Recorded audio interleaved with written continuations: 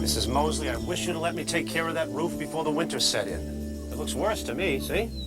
Oh, a lot worse? Well, like I told you before, my eyes are so bad I can't really tell. Well, I can, Mrs. Mosley. And I'd truly like to make you feel better, because, well, you remind me so much of my favorite auntie. I keep wanting to call you Aunt Mabel. Well, you go right ahead, son. That is my name. Okay, Mabel. But I'm not gonna lie to you. That roof rot's like a runaway train. It's gonna get a lot worse, too. It's just gonna keep on eating away until you got water pouring down inside. Oh, dear. Well, tell me what I can do to fix it. Well, I took care of a situation just like this for a nice couple over at Elmwood. Here, see for yourself. Dear Max, thank you for being so honest and efficient and doing such good work. That roof will outlast our great-grandkids. Gratefully, Mr. and Mrs. Gerald Rogers. I'd say the Rogers are what you might call satisfied customers. You're pretty sharp, Mabel. Well, sharp enough to want to know how much it cost them anyway. Oh, don't you fret about the cost now. We'll go inside and I'll give you a breakdown of all the steps and materials. I'll do a timetable for you. Of course, show you our 100% guarantee. The works. So what do you say, Mabel? You want to be my next satisfied customer? Well, I'd like to hear what you got to say about it anyway. Well, that's good. Right this way. But I can't afford this, Max. I have only a few thousand in savings and, well, I live on a very tight fixed income. Tell you what, Mabel, if you can just give me the down payment to cover my startup costs, only $1,900, I could get my company to help you get a low-cost, long-term home equity loan to finance the rest, and I'll get right to work. $7,900 is just too much. What if something else happened to the house? Or what if I got sick?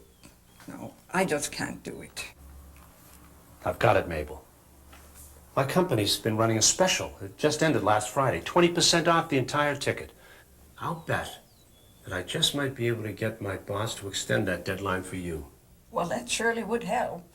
If you got a phone I could use, I'll give it my best shot. Go right ahead. It's in the kitchen. Keep your fingers crossed.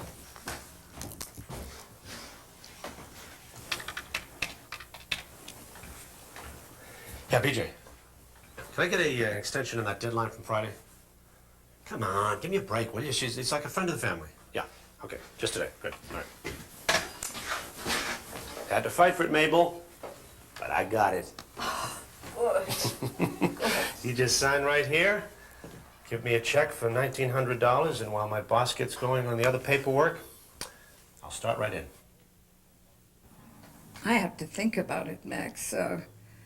I'll call you in a few days. Oh, no, Mabel, we've got a problem here. You see, the only requirement my boss made was that I get your signature and the check today, or you lose the discount. Oh, today. Hey, look, I know. Money is tight these days. But the bottom line is, that roof won't fix itself, will it? But it will get worse, won't it? It probably will. Hey, it's entirely up to you, Mabel. Just call me when the ceiling starts falling down. Oh, what's that expression? Seizing the opportunity? Striking while the iron's hot.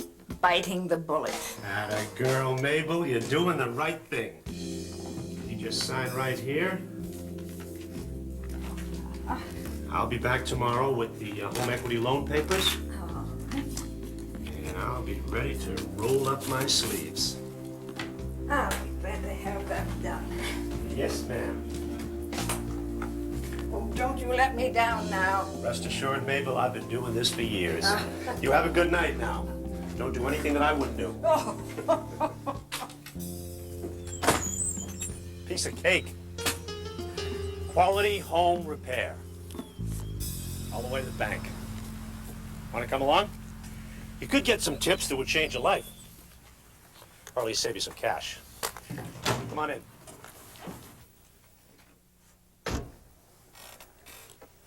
Pretty sweet office, huh? Mobile Modular Max. That's me. Or Mac, or Mal, or Mike. I'm into M names these days. Couldn't do business without these. Part of building confidence, you know? Having the right tools of the trade, or trades, I should say. Confidence. It's the name of my game.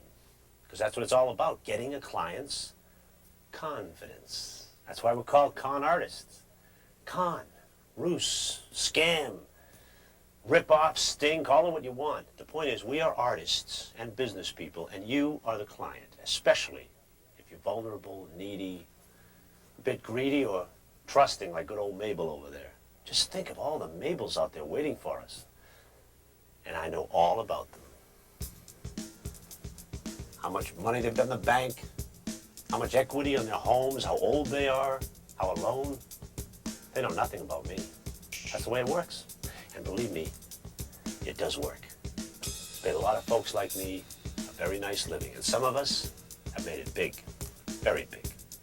Nobody said it was admirable. Nothing's sacred.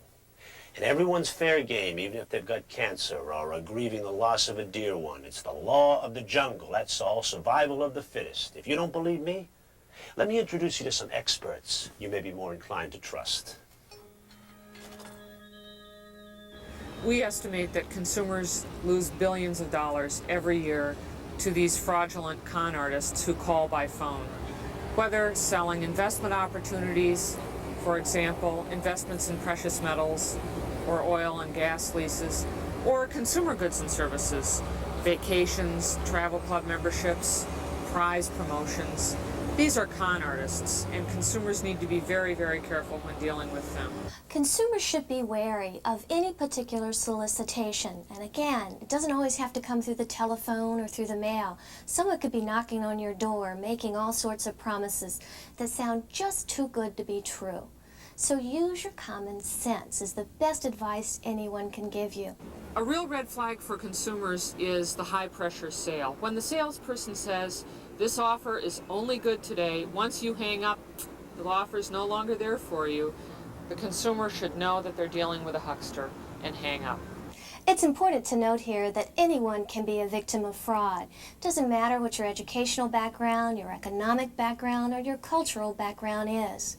I've personally known of cases where lawyers sincerely believed they were going to go to Hawaii for $39.95. The Federal Trade Commission and the state attorneys general care very much about consumers and their problems, and we want to hear from consumers. At the same time, we come in after the damage has been done oftentimes. The best protection that consumers can have comes from their own resourcefulness, their own study, and their own ability to spot the warning signs. Consumers need to protect themselves. If you get ripped off, don't get mad, get even. Go to the local consumer protection agency, go to the federal agencies, and perhaps even more importantly, tell a friend. A lot of consumers don't want to admit that they have been defrauded. So what happens? Other consumers are defrauded as well with little or no warning about the scam. Tell your friends and family, swallow your pride, and help us get these frauds out of business for good. Believe me now? I'd get smart if I were you, because I'm going to be looking for you.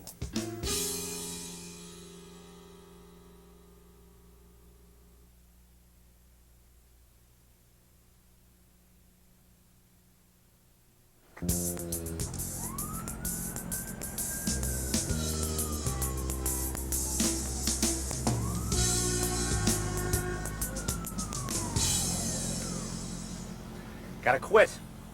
Bad for the health, you know? Like waiting too long before you report a fraud because you're too embarrassed. By that time, we're long gone. Just like that.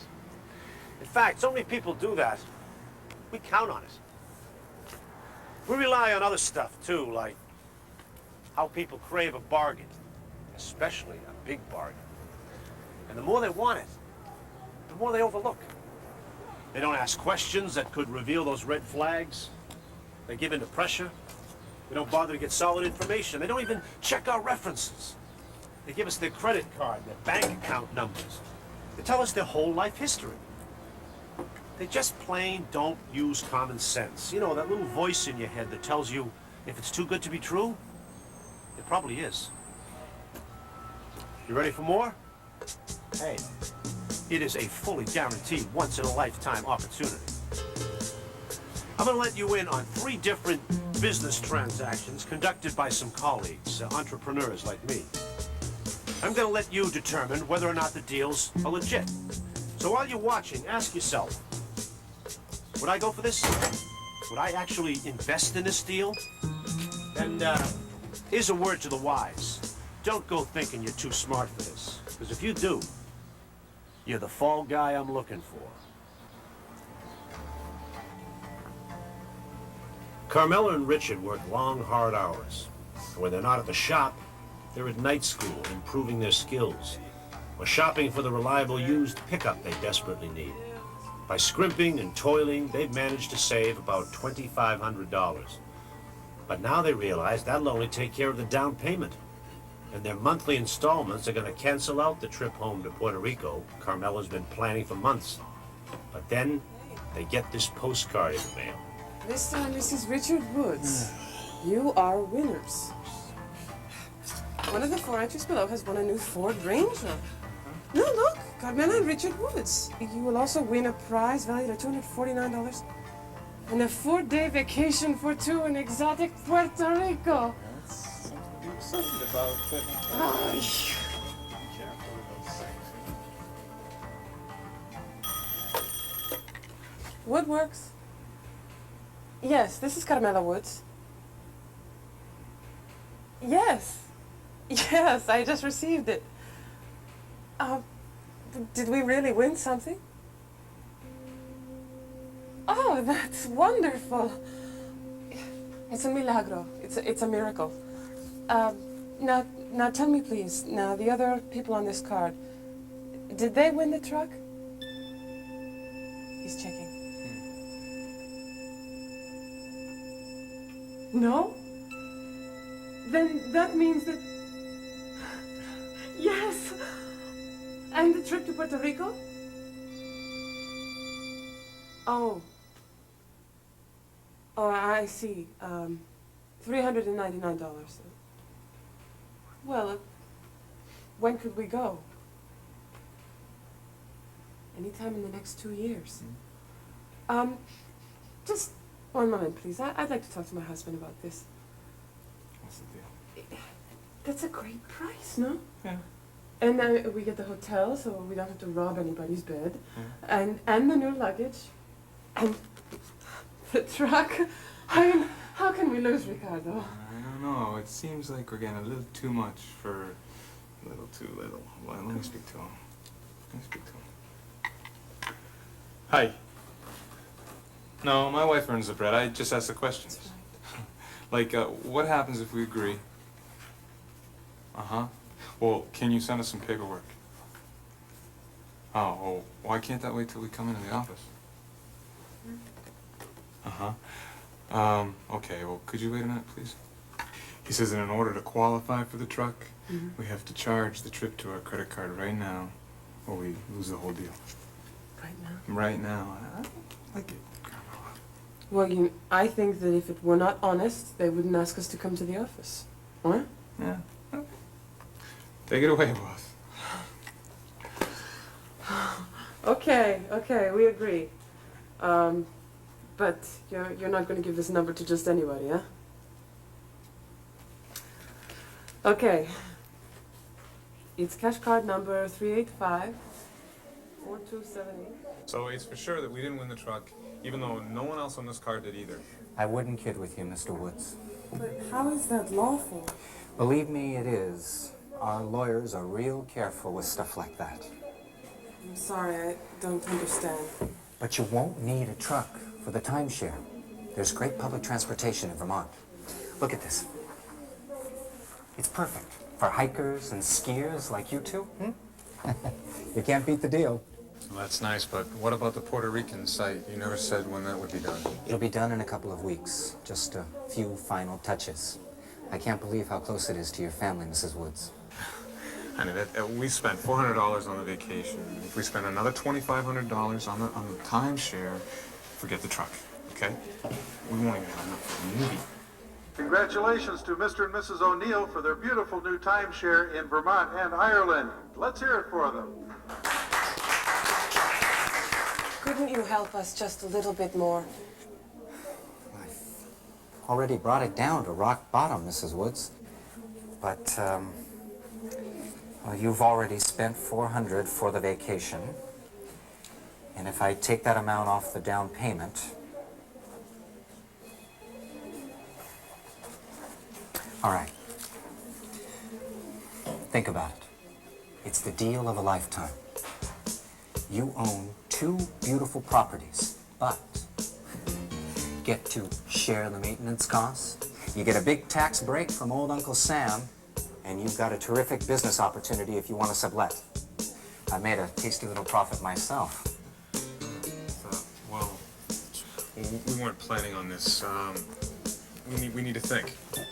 Well, you've got about 15 more minutes, or somebody else might pounce on this. These Vermont lots are going quickly. You just saw for yourself. This might be the last one.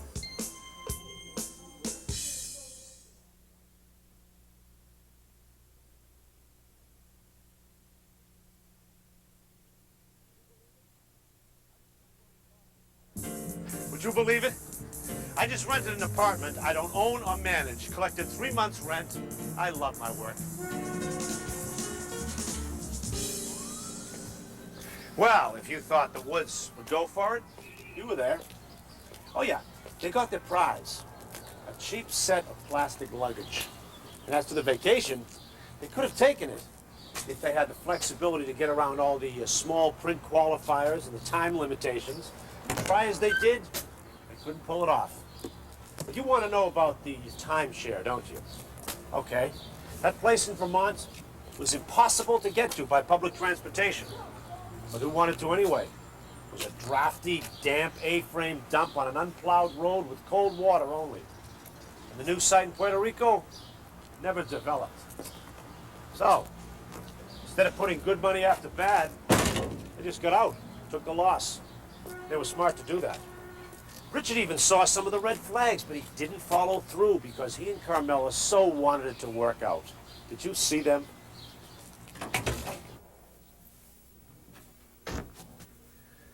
Right off the bat, the postcard made too many promises, right? And the phone call just pushed the promises without revealing any solid information. In fact, it gave misleading information about the truck. And the clearest clue was that the telemarketer required an instant phone purchase by credit card. Ouch. How do you think I acquired all this? How about that salesman? Slick, huh? He managed to steer Carmela and Richard off course whenever they asked questions, and boy, did he ever play their need to the hilt. Made them taste the deal. And bright as they were, they bit. Without so much as discussing the possibility of visiting the properties. Once again, desire exceeds caution.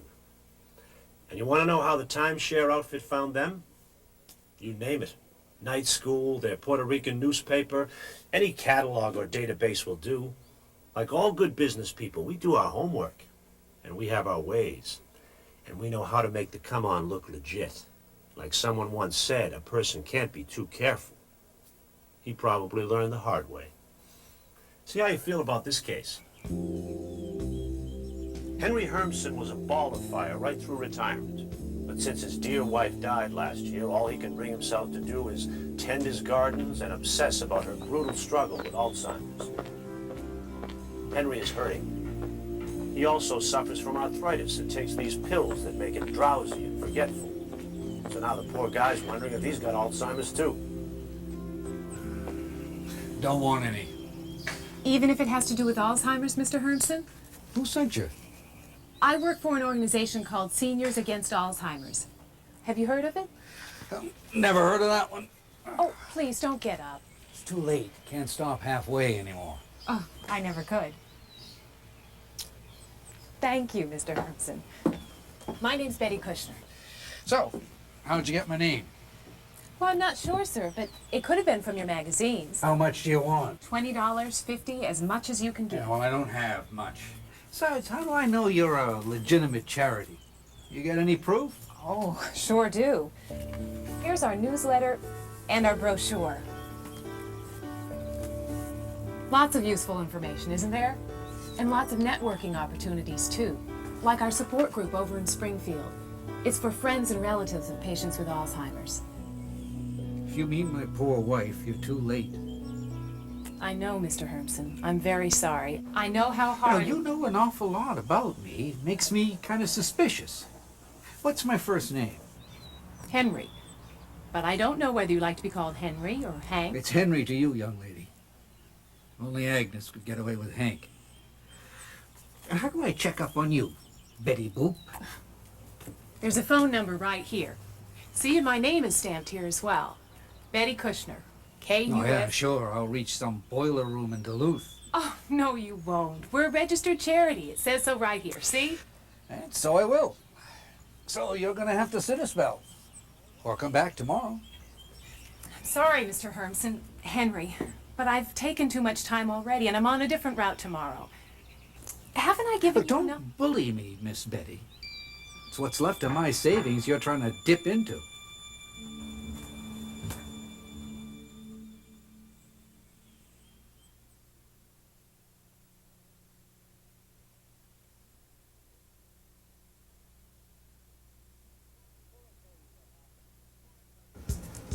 Before I tell you what happened, I just want to say something about charity cons in general. I mean, I just don't mess with them, you know? You got to draw the line somewhere. But a lot of my buddies do, and it's a biggie. I mean, when you think about it, even legitimate charities bear investigating, because some of them use up all your dough in running the organization, so little or nothing ends up going where you want it to go. The only way to find out is to ask. If it's legit, they got to tell you what's what. So what about Henry? Did he end up giving? You bet. Did he get conned? No way, not Hank. He held his ground. He made Betty come around the following week after he checked the references. And I mean all the references. What we call a deep check. That's the only way you find the answers.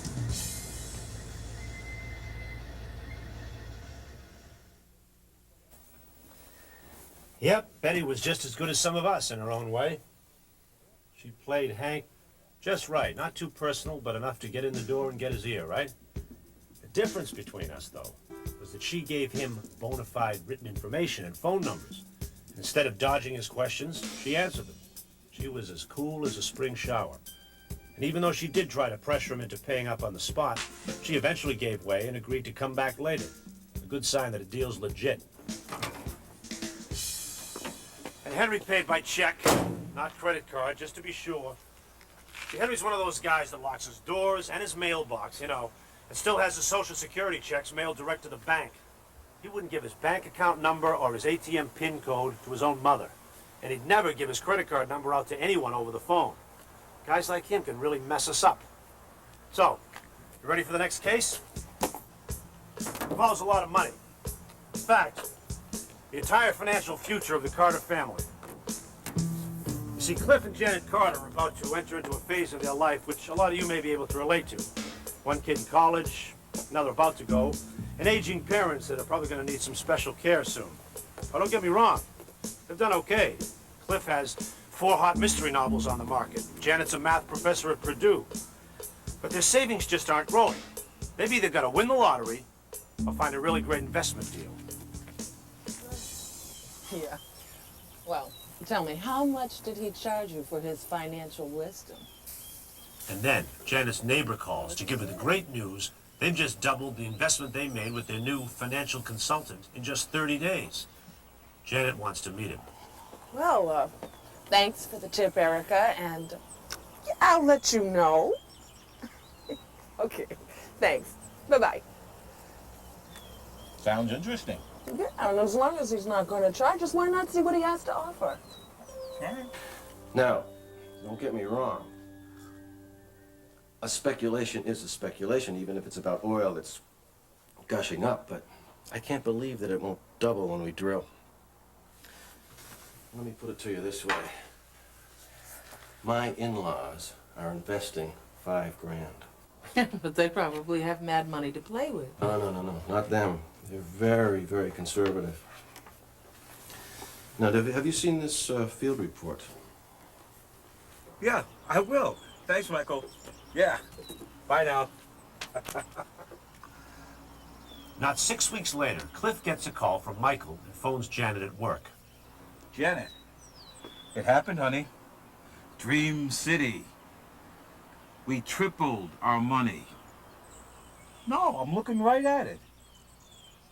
6,000 big ones. The next deal promised a $25K return on $10,000. Janet didn't like it a bit, but Cliff had the taste now, so they went for it. But the turnaround was a bit slower this time, and they were getting nervous. Hi, Janet. Michael, what's up? Make me feel like I shouldn't have eaten.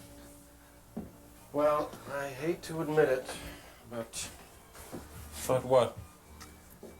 I was only able to double your investment. Oh, Michael. I feel like I let you down. It's all right, Michael. I told you 2.5 times, and it's only 2. Michael, you're forgiven. So, what's next? Nothing right now, guys. At least, well, not for you. Out with it, man. Okay. The bottom line means risking a bundle on a chemical some geologist found in a Finnish farmer's backyard. You've convinced me. I'm not completely nuts. Wait a minute. What chemical? Sulfuric oxide, the one true indicator of platinum. Well, you've got my attention. How much are we talking? Oh, it's big. A windfall. If this goes, it puts me on Easy Street, early retirement with full style. What about our retirement? No. It's too risky. I hear that. Come on, honey, wait a minute. Let's hear him out before we close the door on it. Michael hasn't let us down yet, has he? Come on, give, Michael. What's the deal? We're short 100K is the deal. Out of how much? 20 million. But if the check isn't in escrow by tomorrow morning, the whole deal's off. Cliff, we don't have that. Not the full 100,000, but we got 20,000 cash, right? And another 10 in savings. And if I remember your stock report, you got what? About 30 in CDs and mutual funds? Plus, there's the house. Another mortgage? Oh, no, honey. We just got out from under. Well, you're probably right, Janet. Raising $19,900,000 in 1 week looks tempting, but hey, I gotta get going.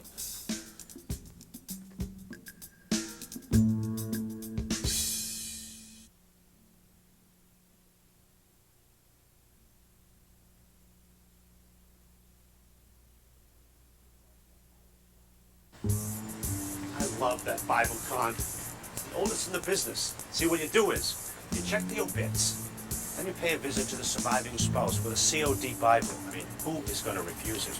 You bought it for $10, you sell it for 100.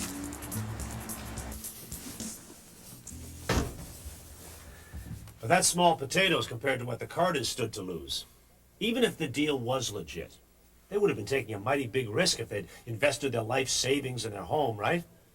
If it wasn't legit, they'd lose it all for sure. So, did they take the leap?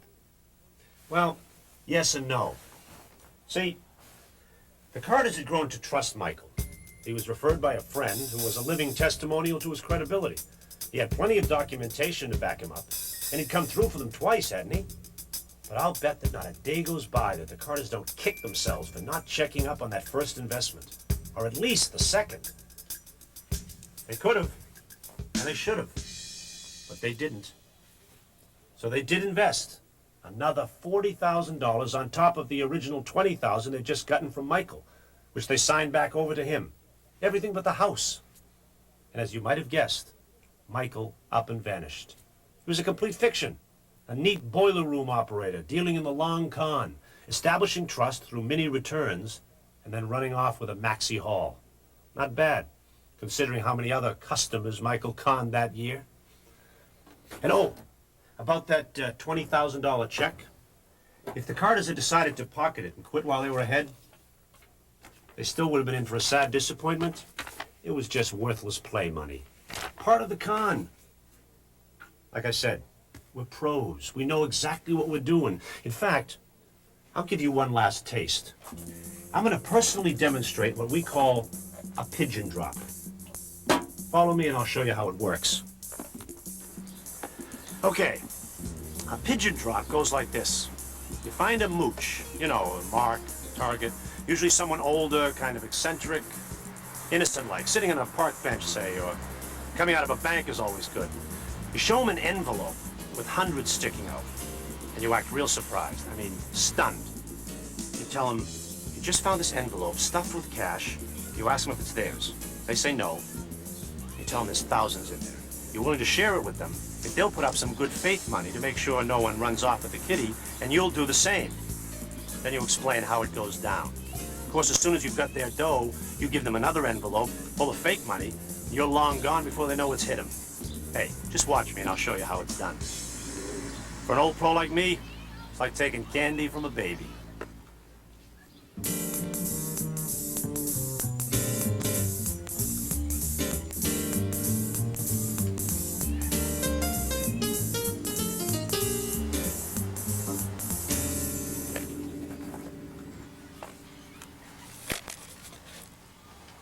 Wow. I mean, wow, look at all this money. Excuse me, ma'am, did you drop this? Yes, thank you. Piece of cake.